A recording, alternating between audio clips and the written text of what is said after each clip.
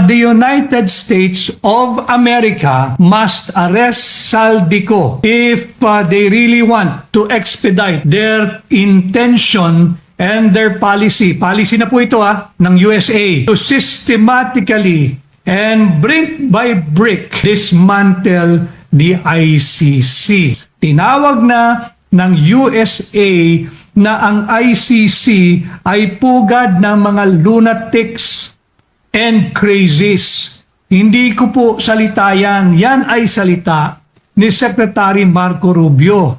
Ngayon, nagpahayag na naman siyang panibago na polisiya ng Estados Unidos under the presidency of Donald Trump. It has now become the official policy of the United States of America to dismantle the ICC brick by brick.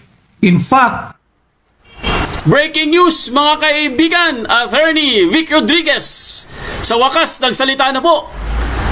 Meron po siyang meron po siyang statement mga kaibigan patungkol po ito sa ICC.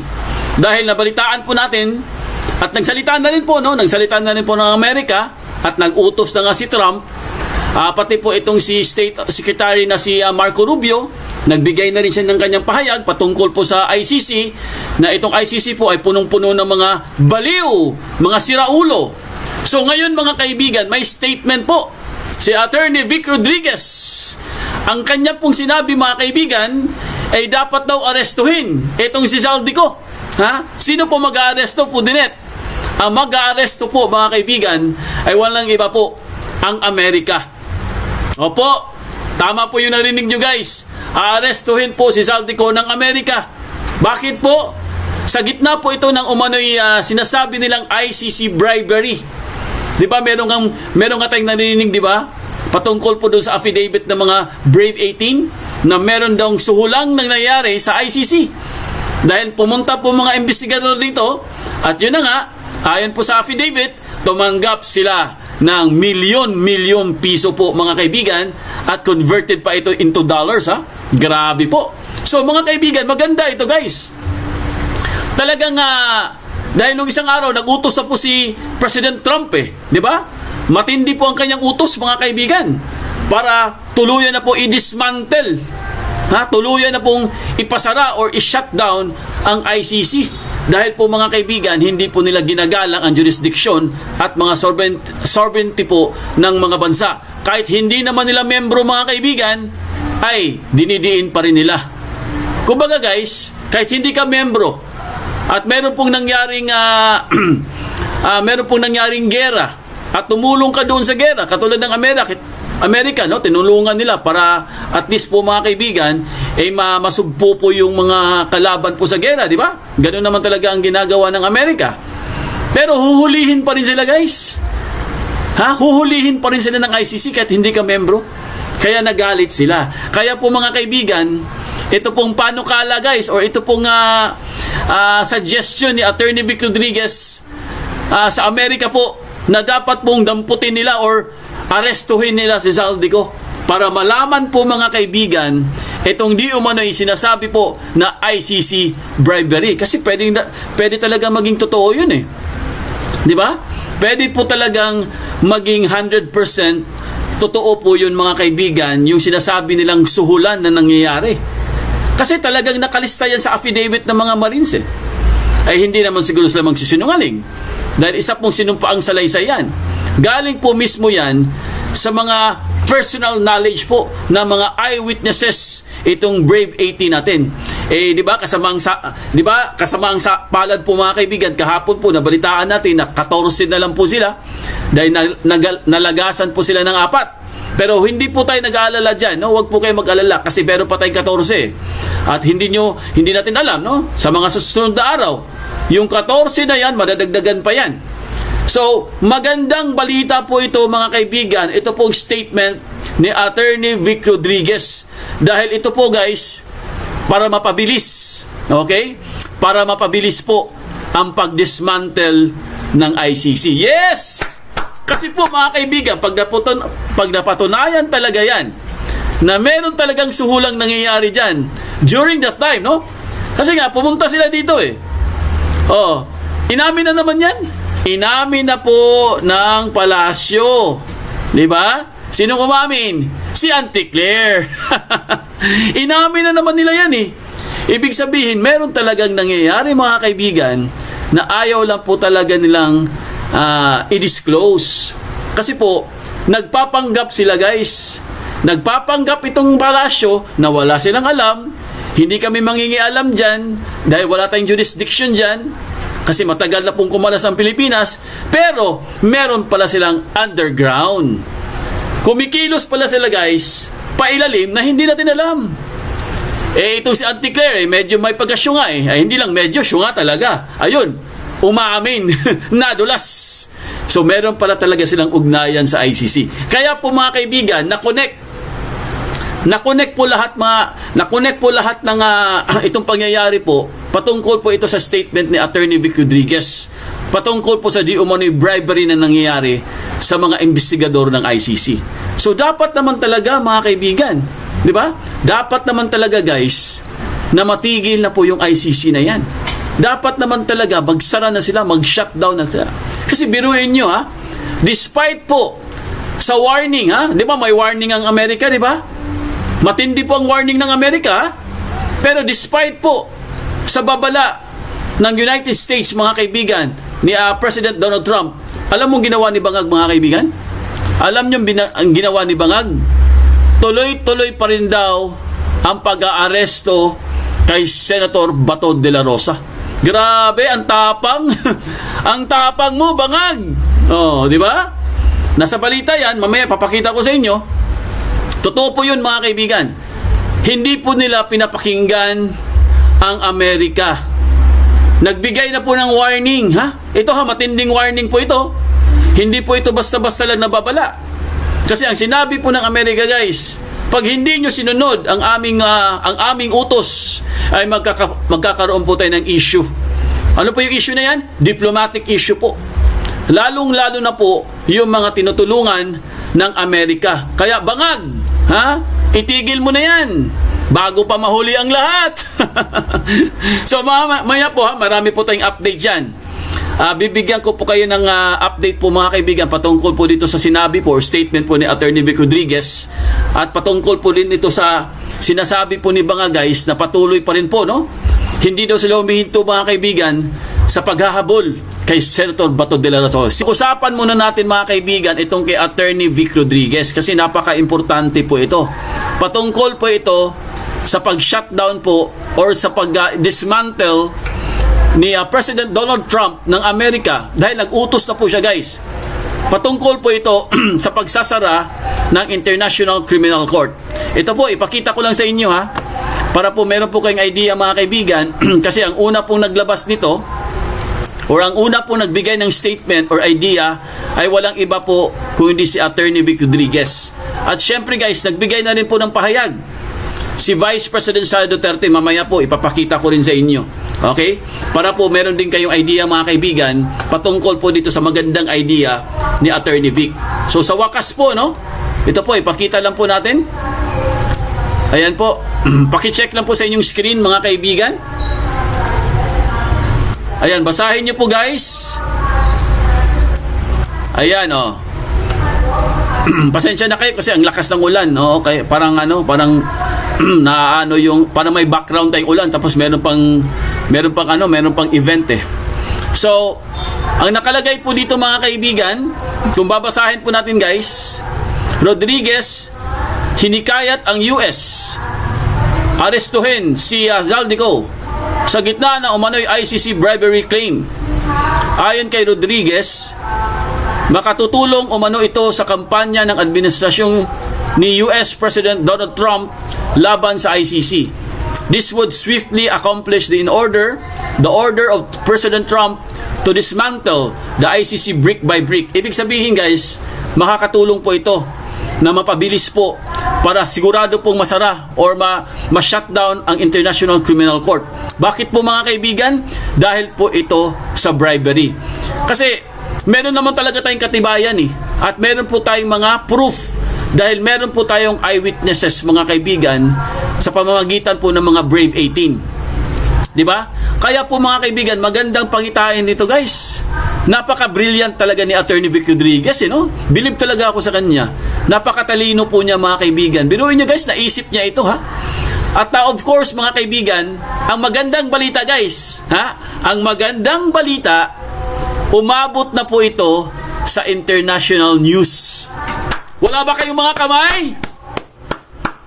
Wala ba kayong mga kamay dyan? Palakpakan naman tayo. Yes, Attorney Vic Rodriguez, tuloy-tuloy lang po, sir. Umabot na po ito. Nakita ko na guys. At i-post na rin po ito sa international community. International media na po, mga kaibigan. Umabot na po ito guys. At hindi lang yan. Pati po kay Vice President Sara Duterte, umabot na rin guys sa CNN. At hindi lang CNN, pati Reuters. Lahat po ng international news media, kinagat po guys ang panawagan po. Lalong-lalo na po sa ating Vice Presidente. Kasi importante yan eh. Kasi di ba may panawagan nga ang Amerika? Meron po silang warning sa ICC na kung hindi nyo, kasi ang pinaka-warning talaga niyan, kung hindi nila babaguhin or hindi sila magre-reforma, nako mga kaibigan, malilintikan talaga. Ha? Malilintikan talaga ang ICC guys. Kaya ako po, tuwang-tuwa po ako mga kaibigan at syempre guys, bravo, sabi ko nga, bravo eh. Bravo po, dahil marami na pong nakaalam. Ito po yung nagiging world news na po. Tandaan nyo, nung isang araw po mga kaibigan, ang Chad, Africa, sa West Africa yata yung Chad eh.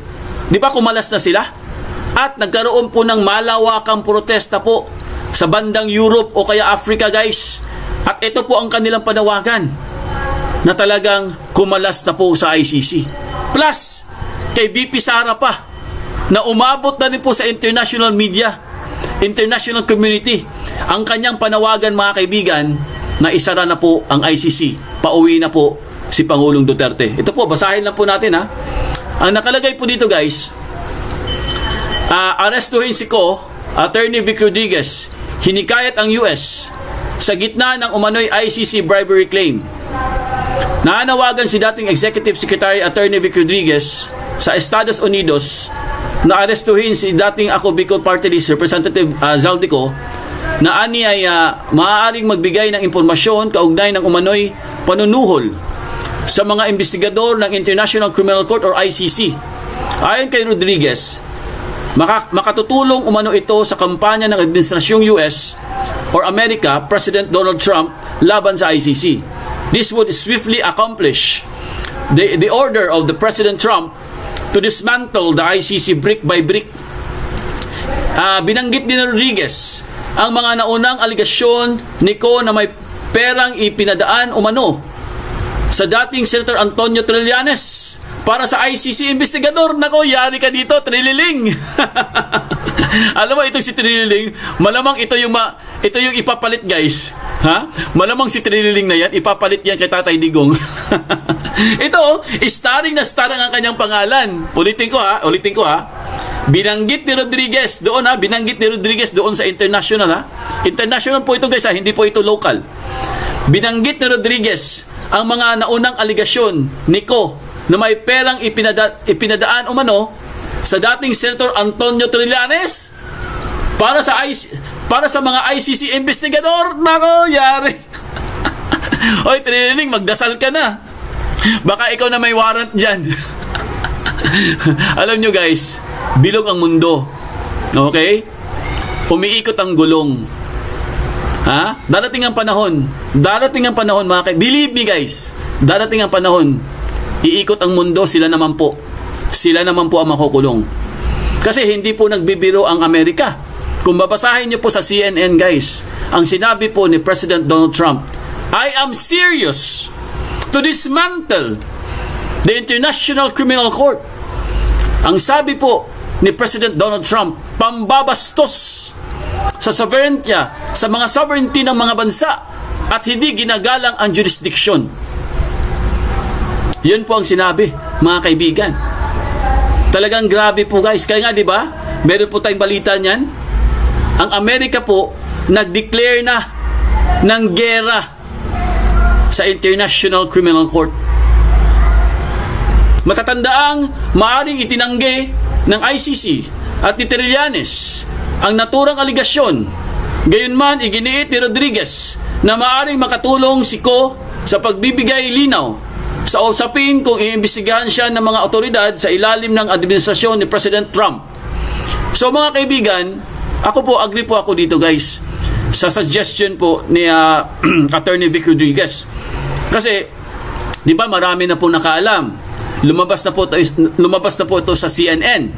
Lumabas na rin po ito sa Reuters. Nakita ko na eh. Lumabas na rin po ito sa mga ibang mainstream media, sa international media po, at sa international community. At iisa lang po ang kanilang sinasabi mga kaibigan. Kung babasahin nyo, syempre may mga troll din doon, no? Pero mas marami po ang pumabor guys. Kaya ako'y natutuwa. Talagang pumapalakpak talaga ako mga kaibigan dahil napakagandang balita po. Dahil marami pong nag-comment ng positive.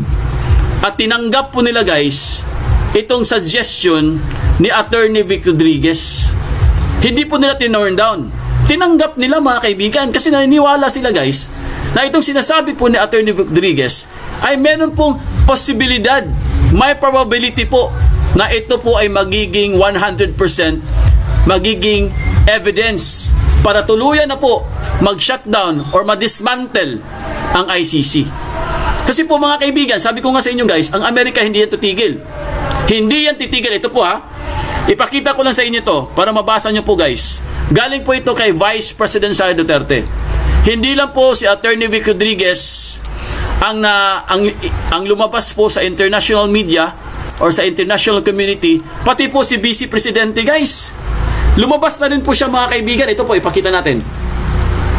Ayan po, pati po ang ating mahal na Vice President, lumabas na rin po ang kanyang mga pahayag sa Reuters at saka sa CNN. Kaya marami pong natuwa mga kaibigan. Sabi nga nila guys this is it. Pansit. Sabi nga nila this is it. Pansit. Ito na ang katapusan ni Bangag. Ito na ang katapusan ng ICC. Kasi si Bangag at si ICC magkaano yan magka-connive yan So ito po basahin natin para po mabigyan ko yan ng idea guys. Sabi po ni BP Sara, pwedeng gamitin ang kaso ni FPRD sa kanilang kampanya versus ICC. Di ba? Napakaganda po ng sinabi ni BP Sara mga kaibigan. At lumabas na po ito guys. Lumabas na po ito sa foreign media. Ano na? Bangag. Auntie Claire, yari kayo dito. Trililing. Yan sinabi na po ito ni Vice Presidente. Yan hindi ko alam. Sabi niya, hindi ko lang alam kung aabot siya sa pagpapalaya kay FPRD.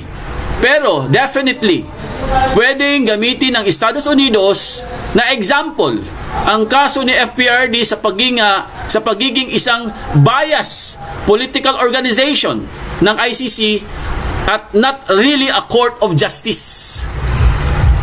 Hindi lang po si BP Sara nagsabi niyan, pati po ang mga African countries, mga African states, pati po ang Europe. May mga party po sa Europe, sinabi din nila yan guys kasi bias daw talaga ang ICC. Kaya po kumalas sila mga kaibigan. In fact, marami na pong kumalas. Unti-unti na pong nauubos. Kaya lumabas po ito sa balita, pati po ito si BP Sara mga kaibigan, hindi lang po siya na-interview muna, Hindi pa siya na-interview ng international news, pero lumabas na po ang kanyang pahayag. Pati po si Attorney Vic Rodriguez. So, napakalaking bagay po niyan mga kaibigan para po sa hustisya. Para sana po mapauwi na po ang ating dating Pangulong Duterte. Napakaganda po ito mga kaibigan. Sana po. Tama po si BP Sara. Sana po umabot ito sa pagpapalaya kay FPRD. Kung talagang madismantle po ang ICC mga kaibigan, automatic yan. Laya po ang ating dating Pangulong Duterte. Ang sabi po nito guys, naniniwala sa Vice Presidente na maaring gamitin ng Estados Unidos ang kaso ni dating Pangulong Rodrigo Duterte bilang halimbawa sa kampanya nito laban sa International Criminal Court or ICC. Hindi ko alam kung aabot siya sa pagpapalaya kay dating Pangulong Duterte. Pero definitely, pwedeng gamitin ng Estados Unidos na example ang kaso ni dating Pangulong Rodrigo Duterte sa pagiging isang biased political organization ng ICC and at not really a court of justice. Bagamat hindi tiyak kung makakapekto ang kampanya ng US sa pagpapalaya sa dating Pangulo, maaari umanong magsilbing halimbawa ang kanyang kaso sa patuloy na pagkustyon ng Washington sa jurisdiksyon at pagiging lehitimo ng ICC. So mga kaibigan, ako guys, 100%, meron po akong, hopeful po ako.